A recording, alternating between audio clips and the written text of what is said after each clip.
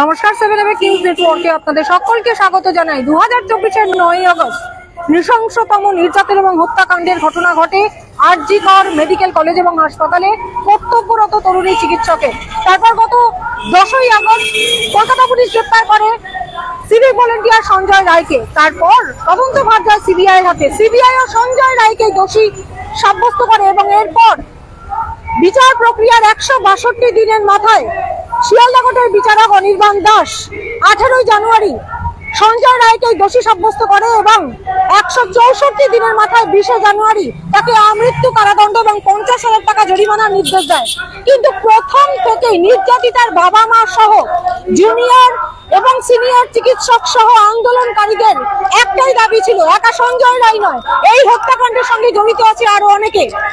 তথ্য প্রমাণ লোপাট করা হয়েছে এবং এই সঞ্জয় রায়ের আমৃত্যু কারাদণ্ডের পরেই কিন্তু আন্দোলনকারীরা ফের রাস্তায় নেমেছে। বাকি দোষীদেরও সামনে এনে তাদের দৃষ্টান্তমূলক শাস্তি দিতে হবে। আর এই মুহূর্তে আপনারা দেখতে পাচ্ছেন পানিহাটির বুকেই সোদপুরের নির্যাতিতার বিচারের দাবিতে এবং আরো যারা দোষী রয়েছে এই ঘটনায় তাদের সামনে এনে কঠোরতম শাস্তির দাবিতে সারা ভারত গণতান্ত্রিক মহিলা সমিতির উত্তর 24 পরগনা জেলা মহিলা সমিতির ডাকে মুহূর্তে আবার পথে নেমেছেন তারা। উপযুক্ত শাস্তি দিতে হবে বাকি দোষীদেরও চিহ্নিত করে। এই মুহূর্তে আপনারা দেখতে পাচ্ছেন সেই ছবি 7 নিউজের পর্দায় মিছিল শুরু হয়েছে এইচবি টাউন মোড় থেকে যাবে নির্যাতিতার বাড়ি পর্যন্ত।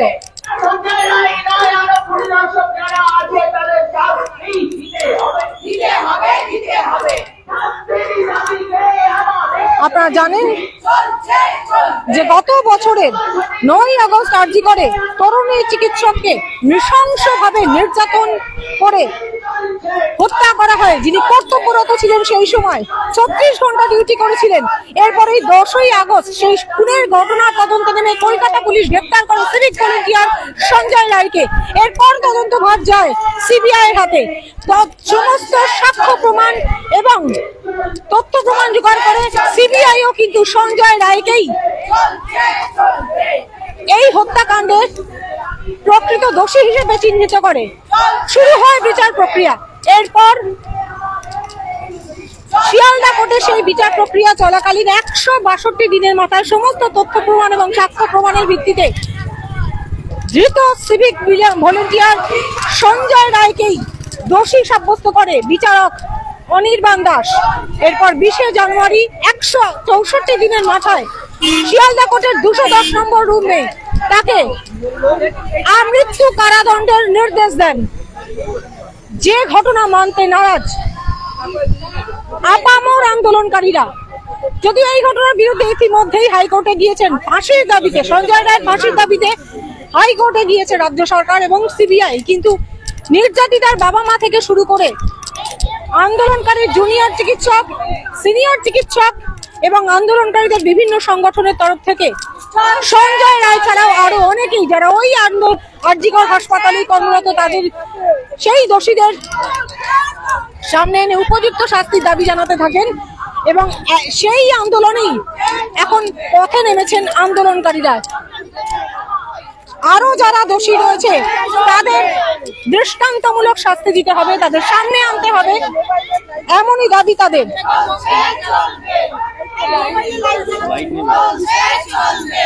আপনারা দেখতে পাচ্ছেন এই মুহূর্তে মোমবাতি হাতে সারা ভারত গণতান্ত্রিক মহিলা সমিতির উত্তর 24 পরগনা জেলা শাখার তরফে পথে নেমেছেন প্রচুর মহিলারা।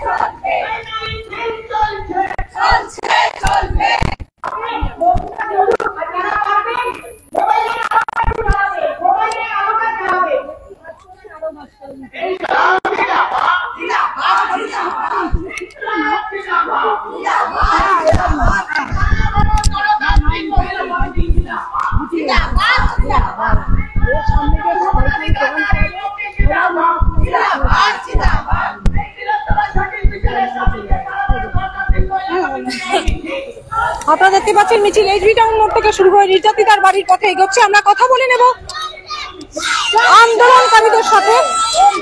সারা ভারত গণতান্ত্রিক মহিলা সমিতি উত্তর 24 পরগনা জেলা শাখার তরফে সঞ্জয় রায়ের তো আমৃত্যু কারাদণ্ড হয়েছে, তবুও আবার আন্দোলন জারি রয়েছে।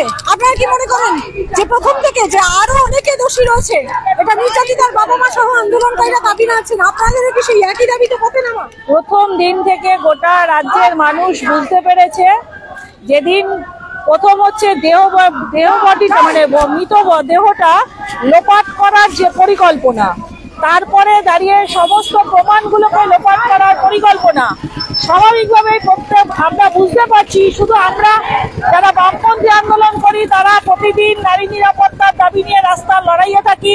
কামদুনির ক্ষেত্রে দাঁড়িয়েও আমরা লড়াই করেছি। আমরা দেখেছি আসলে কি ঘটনা ঘটছে।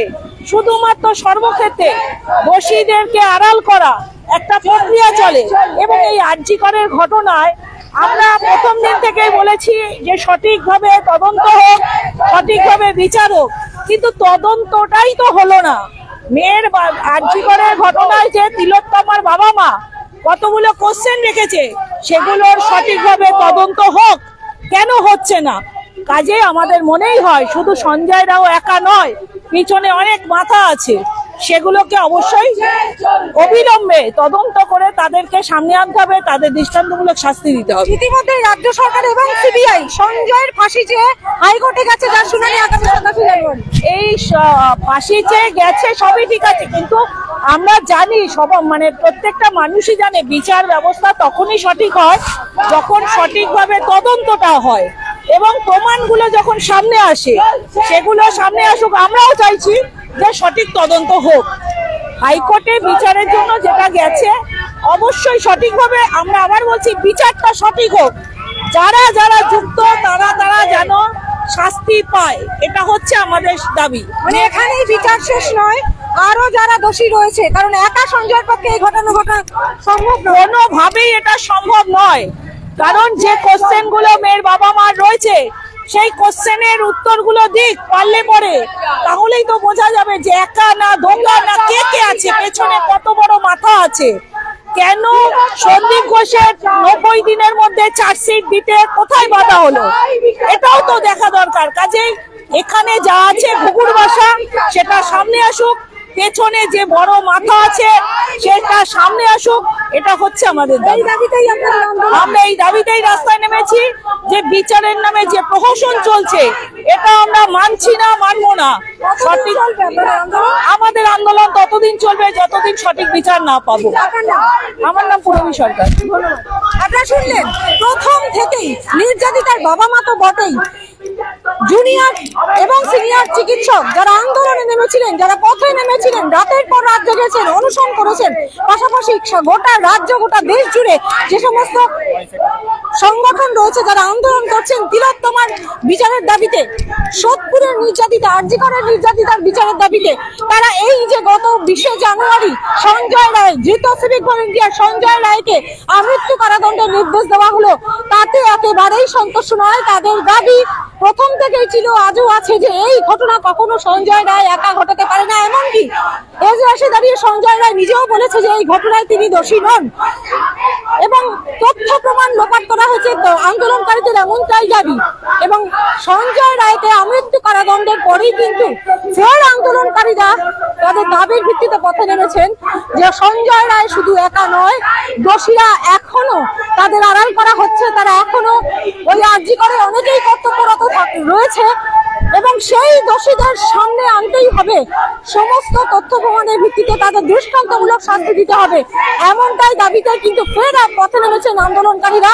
আজকে তেমনই একটা আন্দোলন চলছে একেবারে সোদপুরে, তাদের ঘরের মেয়ের বিচারের দাবিতে সোদপুরের বুকেই, সোদপুর এইচবি টাউন থেকে নির্যাতিতার বাড়ি পর্যন্ত এই মুহূর্তে আন্দোলনকারীরা এগিয়ে চলছে মোমবাতি হাতে। সমস্ত দোষীদের সামনে এনে দৃষ্টান্তমূলক শাস্তি দিতে হবে, এবং যতক্ষণ না সমস্ত দোষীদের সামনে আনা হচ্ছে ততক্ষণ তারা এইভাবেই আন্দোলন করে পথে নামবেন, পথ হাঁটবেন বলে জানালেন। সারা ভারত গণতান্ত্রিক মহিলা সমিতির উত্তর 24 পরগনা জেলা কমিটির তরফে এই মুহূর্তে আপনারা দেখছেন মিছিল এগিয়ে চলছে।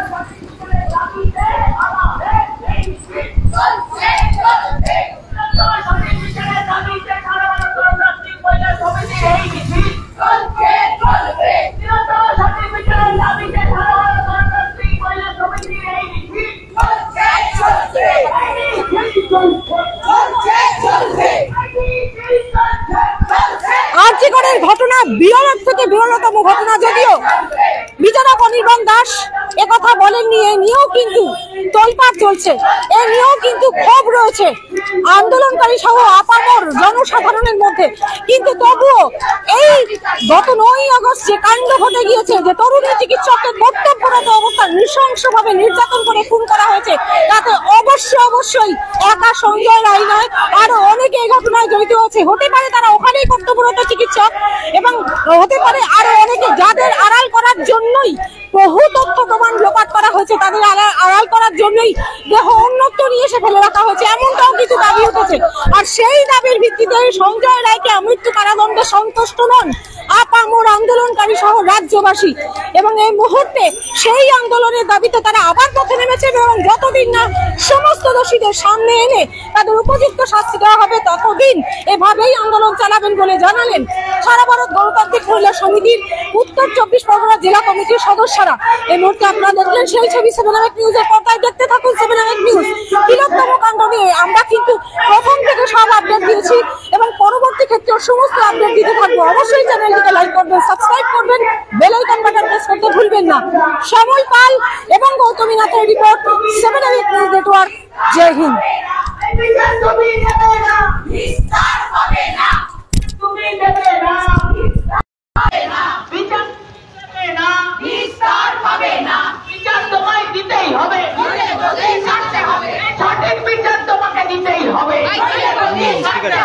বিচার কিভাবে ছিনিয়ে আনতে হয় সারা ভারত গণতান্ত্রিক মহিলা সমিতি এই লড়াই, এই সারা ভারত গণতান্ত্রিক মহিলা সমিতির এই লড়াই চলবে, মিছিল চলবে, এই সঠিক বিচার ছিনিয়ে আনতে সারা ভারত গণতান্ত্রিক মহিলা সমিতির এই লড়াই চলবে। আমি নেমে যাই।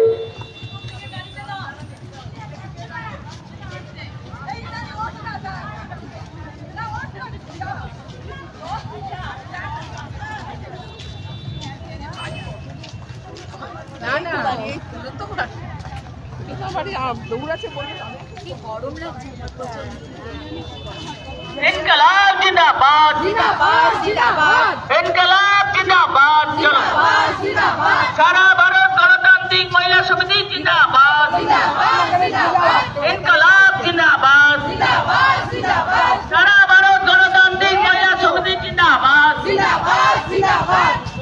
এই তিলোত্তম সঠিক বিচারের দাবিতে আমাদের এই মিছিল চলবে, তিলোত্তম সঠিক বিচারের দাবিতে আমাদের এই মিছিল চলবে, এই মিছিল চলছে, এই মিছিল চলছে, এই তিলোত্তম সঠিক বিচারের দাবিতে আমাদের এই মিছিল চলবে, এই সারা ভারত গণতান্ত্রিক মহিলা সমিতির এই মিছিল চলবে, এই তিলোত্তম সঠিক বিচারের দাবিতে সারা ভারত গণতান্ত্রিক মহিলা সমিতির এই মিছিল চলছে, এই মিছিল চলছে, এই বিচার বিচার বিচার চাই, এই তিলোত্তমার ভয় নাই, এই তিলোত্তমার ভয় নাই, এই তিলোত্তমার ভয় নাই, এই তিলোত্তমার ভয় নাই, এই বিচার তুমি দেবে না, এই বিচার তুমি দেবে না,